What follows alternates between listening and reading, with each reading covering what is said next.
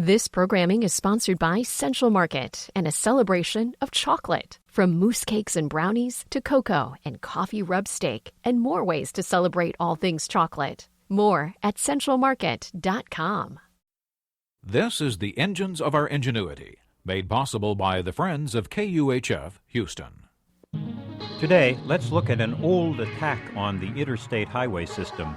The University of Houston's College of Engineering presents this series about the machines that make our civilization run and the people whose ingenuity created them. I worked for the Bureau of Public Roads in the summer of 1949, laying out a gravel forest access road in the Cascade Mountains, practically in Canada. But the Bureau was also developing a much grander project back then, our 40,000-mile Interstate Highway System. The Eisenhower administration finally backed the system in 1956. It was to be finished by 1971. As it neared completion, author Helen Levitt published a scathing indictment of the project, Superhighways, Super Hoax. I had no recollection of the book until I found it in the New York Library's list of 150 major books of the 20th century. So, was Levitt the greatest Luddite of this century, or did she have a case? Who would condemn this magnificent system of superhighways today?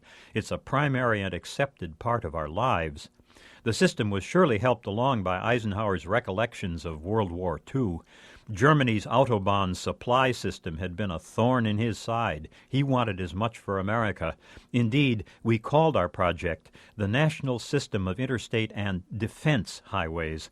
So what were Levitt's objections? Cost was certainly one. Once Congress began considering the undertaking, oil, automobile, and concrete lobbyists flocked to Washington to support the $50 billion project. A new car cost $2,000 back then.